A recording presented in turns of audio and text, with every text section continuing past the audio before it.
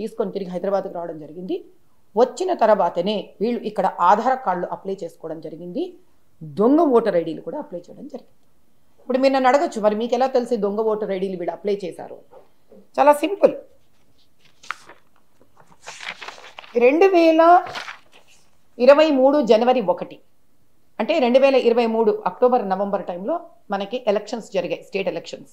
2024లో మనకి central elections జరిగాయి. అయితే ఈ ఫహీద్ అఖిల్ అనే వాడి పేరు ఏదైతే ఉందో డిలీషన్ లిస్ట్ 2023 జనవరిలో, అప్పుడు ఎందుకు జరగాలి ఒక డిలీషన్ లిస్ట్?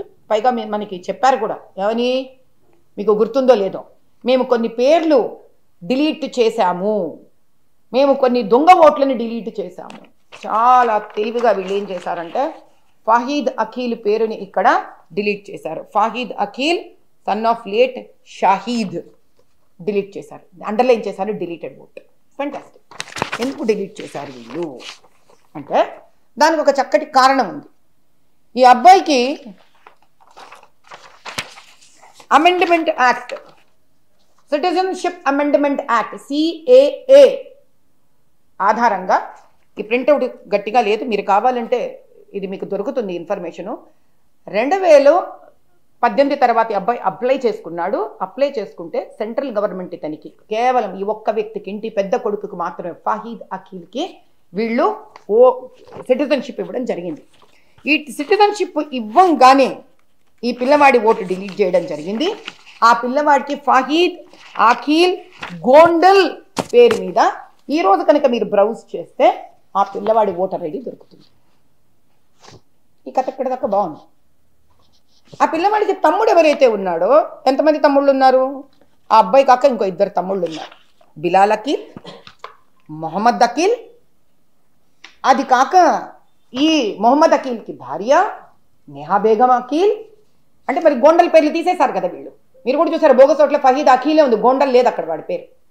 అండ్ వాళ్ళ అమ్మగారు గజ్నా కాదు, గజనా అఖిల్ ఏమో ఇంకొక ఇతని భార్య. ఇలా అందరూ వాళ్ళ తల్లితో సహా దొంగ ఓటర్ ఐడీలు తీసుకున్నారు. 2025 ఈ రోజుకి మీరు ఎలక్టోరల్ దాంట్లోకి వెళితే మీకు ఇది బయటపడుతుంది. Mohammed Akhil late Shahid, son of late Shahid.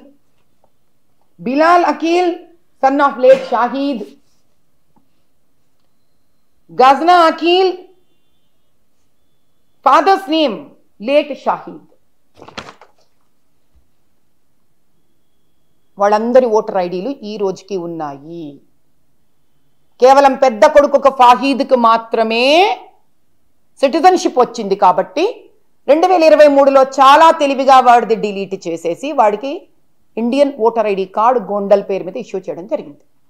మిగతా వాళ్ళు ఇంకా లాంగ్ టర్మ్ వీసాలో ఉన్నారు కాబట్టి, వీళ్ళు ఇంకా పాకిస్తానీ సిటిజన్సే కాబట్టి వీళ్ళది డిలీట్ చేయలేదు. మరి ఆ 4.5 లక్షల ఓట్లు డిలీట్ చేశామని ఏదైతే దూరిశెట్టి గారు చెప్పారో, ఎవరి ఓట్లు డిలీట్ చేశారు?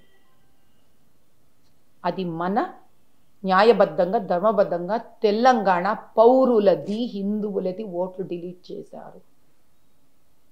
ఇది తెలంగాణ ప్రజలకు జరుగుతున్న అన్యాయం. 4.5 లక్షల మంది తెలంగాణ హిందువులు వాళ్ళ ఓట్లు వెయ్యలేదు ఈసారి. కేవలం నా కాన్స్టిట్యుయెన్సీ. మీరు అడగచ్చు మీ కాన్స్టిట్యుయెన్సీ ఎలా అని. వీళ్ళందరూ కూడా కార్వాన్ కాన్స్టిట్యుయెన్సీ వాళ్ళతో చూడండి. కార్వాన్ ఎంత క్లియర్గా ఉంది. ఓల్డ్ సిటీలో ఎంత దౌర్జన్యాలు దారుణాలు జరుగుతున్నాయి. అసలు మీకు ఒక తమాషా చెప్పాలి ఇంకొకటి నేను కార్వాన్ గురించి. మీరేం ఎక్కువ కష్టపడక్కర్లేదు కార్వాన్లో గెలవాలంటే. ఎందుకంటే కార్వాన్లో various categories bogus votes Hyderabad parliament నుంచి నేను ఇదే 2024లో సెంట్రల్ ఎలక్షన్ కమిషన్కి కూడా ఇచ్చాను, స్టేట్ ఎలక్షన్ కమిషన్ కూడా ఇచ్చాను, దూరిశెట్టి గారి కలెక్టర్కి కూడా ఇచ్చాను. ప్రతి ఒక్కరికి సబ్మిట్ చేశాను, కమిషనర్ ఆఫ్ పోలీస్కి సబ్మిట్ చేశాను, సౌత్ జోన్ డీసీపీకి సబ్మిట్ చేశాను, అందరికీ సబ్మిట్ చేశాను. ఇందులో కార్వాన్లో ఫోటో సిమిలర్ ఎంట్రీస్ 20,763 ఓట్లు ఉన్నాయి.